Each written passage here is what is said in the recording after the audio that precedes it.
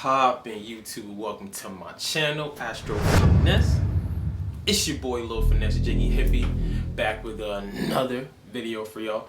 I know, I've been gone for a minute, I know, but your boy back to regular scheduled programming, and I asked y'all what y'all wanted to see, and y'all voted for Chiron. So this video right here is gonna be for those who have Chiron in the first house or Chiron in Aries. And I'll pause for the cause.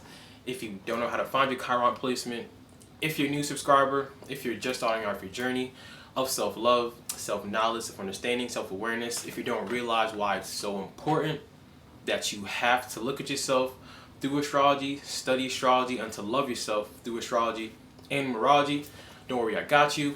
There's a couple of videos, I'll put the link in the description. You have to watch them first to become hip to the knowledge of what I'm about to talk about right now. So if you look at your birth chart or your natal chart, it's the same thing. And you realize you have Chiron in the first house or Chiron in Aries, this video is for you. So without further ado, let's just get it poppin', shall we? Now you already know, before I start, I'm gonna give y'all a list of some celebrities so y'all can visually see what Chiron in the first house people look like and act like in reality. Then I'm gonna have a list of celebrities that have Chiron in Aries. So to start, we got Selena Gomez, Shakira, Oprah Winfrey, Whitney Houston, Barack Obama, Serena Williams, Notorious B.I.G., Heath Ledger, Bill Clinton, and Jimmy Fallon. And now these are the celebrities that have Chiron in the sign of Aries.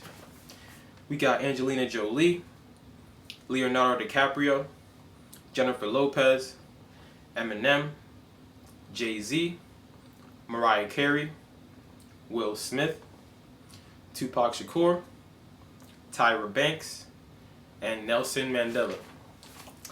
Alright, so boom, Chiron in Aries, Chiron in the first house. First of all, what is Chiron?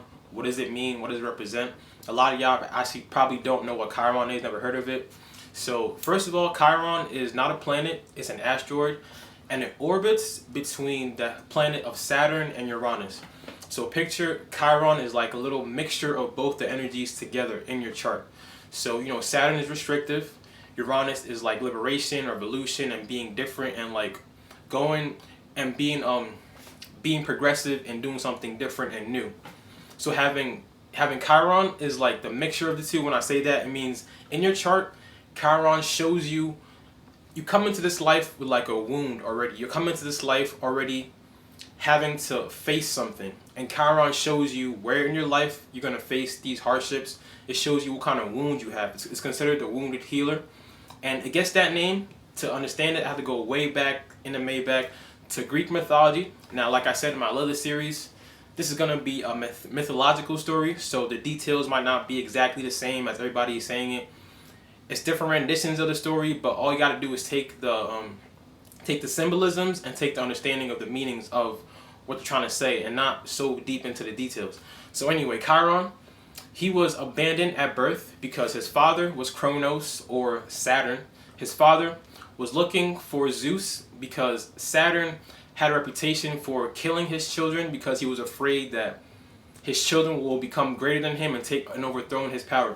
So Saturn was out looking for Zeus, and he came across a nymph called Philyra, and he was attracted to Philyra, and Philyra did not want nothing to do with Kronos. She didn't want nothing to do with Saturn.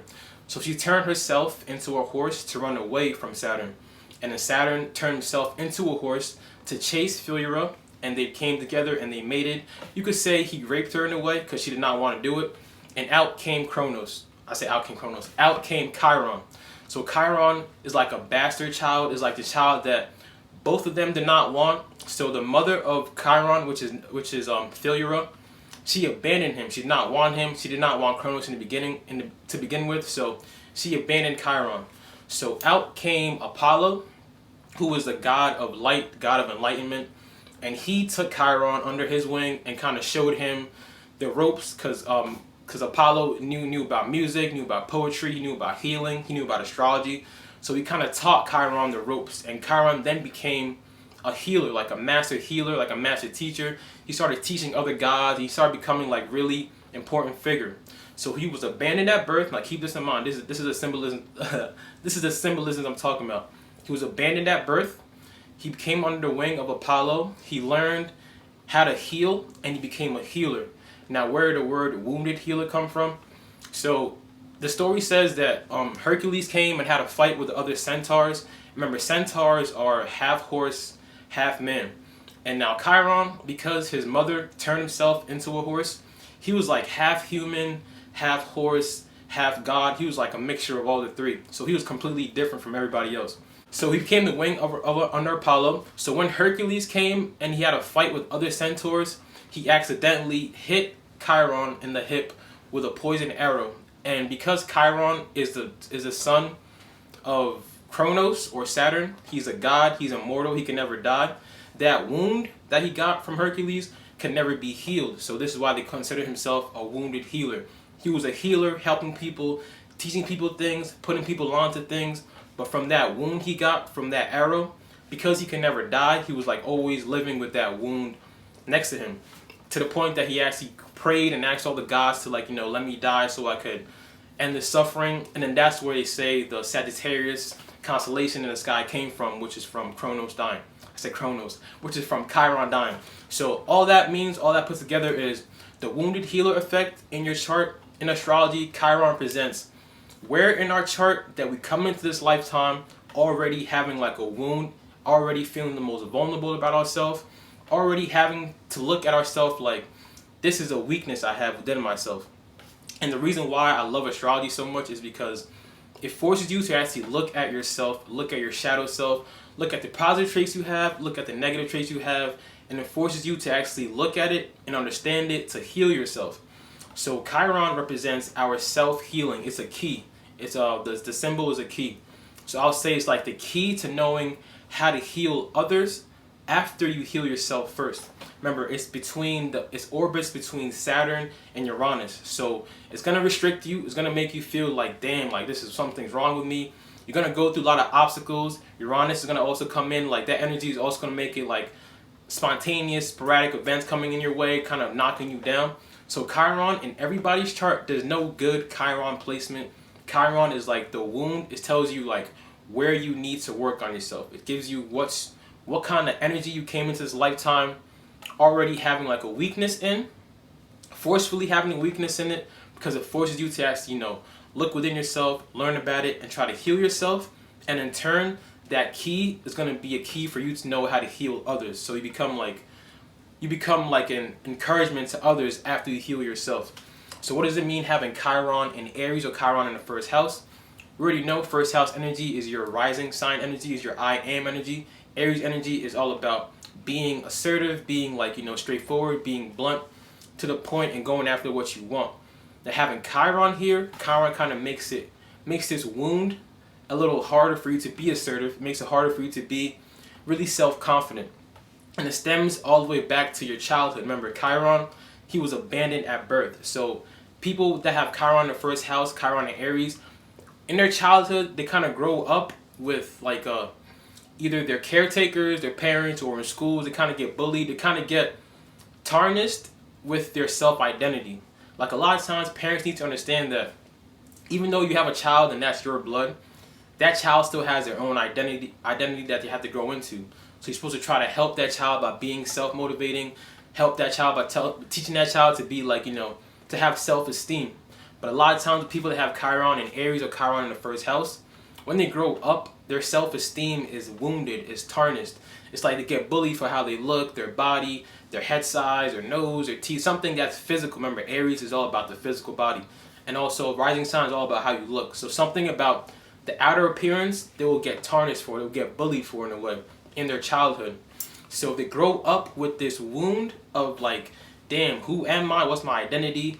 Or why am I not, why can't I assert myself as other people? Why is everybody else doing things, going their way? I can't find my own path. It's like a lot of times with these people will find it hard to actually step into their power, step into their individuality, because they got tarnished, they got wounded as a child, they got wounded in their earlier stages. So what is Chiron teaching you? What is Chiron kind of forcing you to understand about yourself?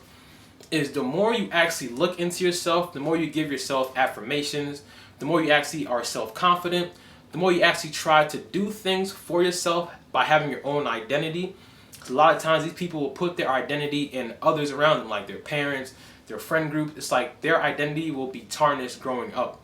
So the more you actually look into searching for your identity, look into loving yourself, truly being fully confident in yourself, and more you heal that wound of your identity wound, of like your personal confidence wound, the more you heal this wound, you will unlock the key to actually helping heal others in the process. So these people, y'all be great at motivating others. Y'all the type to actually see something in someone and be like, yo, you look good today. Yo, you got nice shoes. Or yo, you actually like can look into someone and actually help them uplift that person, because you can see something in them and help uplift that person. So y'all are great at motivating people. The thing is that y'all should try to take that energy and put it into yourself to motivate yourself, to see something in yourself that you like. Look in the mirror, be like, yo, I look good today. I'm beautiful. All these I am affirmations, like be able to look within yourself what you see in others. Like you could see the confidence in others. You can kind of push people to be themselves. You kind of push people to actually have confidence, but then it'll be hard to look back at yourself to be the same way within yourself. So Chiron basically showing you that you came into this lifetime. It's not your fault. The same way Chiron, it wasn't his fault that his mother abandoned him. It wasn't his fault that he had he was dealt bad cards when he came into this lifetime. Same with y'all. It's not your fault that you have Chiron in the first house. It's not your fault that you kind of grew up in an environment that they kind of tarnished your self-image, they kind of tarnished your self-confidence. It's not your fault. But now knowing what's going on, it's your duty, it's your job to actually do the self-healing work, do the inner health work, do the self-love work. And in this case, remember, Chiron in the first house, or Aries, it's all about the I am, the individuality, the identity. Doing the identity work, in turn, will help you be able to heal others. Remember, Uranus energy is all about liberation. It's all about, like, you know, humanity as a whole. Saturn is all about being restrictive. So these two planets, when Chiron is orbiting between them, it's like that energy put together. It's like you have that Saturn energy of Chiron showing you, look, you don't really have a good identity of yourself because of what you've been through. So when you're working on these things, when you're disciplining yourself and you're actually able to heal yourself, then in turn you can actually turn the energy outwardly, and people will look up to you. People will actually be healed from you, and that's why it's considered the wounded healer. Because at the same time, internally you're still wounded from what you came into this lifetime with. You're still wounded from the childhood experiences. You're still wounded from all that you went through. A lot of times these people can really have like low confidence when it comes to asserting themselves. They could be really shy to the background. Or it could be the other extreme, which is when you were a child and you didn't get a lot of attention like that. So now as you're getting older, you do sporadic things, you do things off the cuff, you do things very spontaneously and Aries-like, without thinking, just to get some type of attention, just to get some type of, like, instead of being like disciplined and slowing down a little bit, you could be the type that could really be aggressive, overly aggressive, to try and get your point across, trying to get your identity across, trying to get your sense of self across, if that makes sense. So it's all about that balance. But understand that it's your job to understand this about yourself. To look at your chart, Chiron will show you where internally you're like, you need healing, you need self-healing. And once you work on the self-healing, you will realize, like, okay, so now I've been through all this stuff, I've been through everything, and I've healed myself. Now I can look around, I could see other people going through similar things than me. I could help them and help empower them. And that's the key to really truly unlocking your potential of healing others, that Uranus energy. Bringing your Saturn restriction to the forefront, healing yourself and helping others heal in the process. So that was my video on Chiron in the first house, or Chiron in Aries. I hope y'all enjoyed that. My next video is going to be a Chiron in the second house, and you already know I'm about to go in. If you have subscribed to my channel, appreciate all y'all for real. The growth has been crazy, tremendously fast. I appreciate all y'all. But if you still haven't subscribed yet, go ahead and handle that one time for your boy. Don't forget to drink your water, mind your business, and be safe out here. It's your boy Lil Finesse Jiggy Hippie. I'ma see all y'all when I see y'all.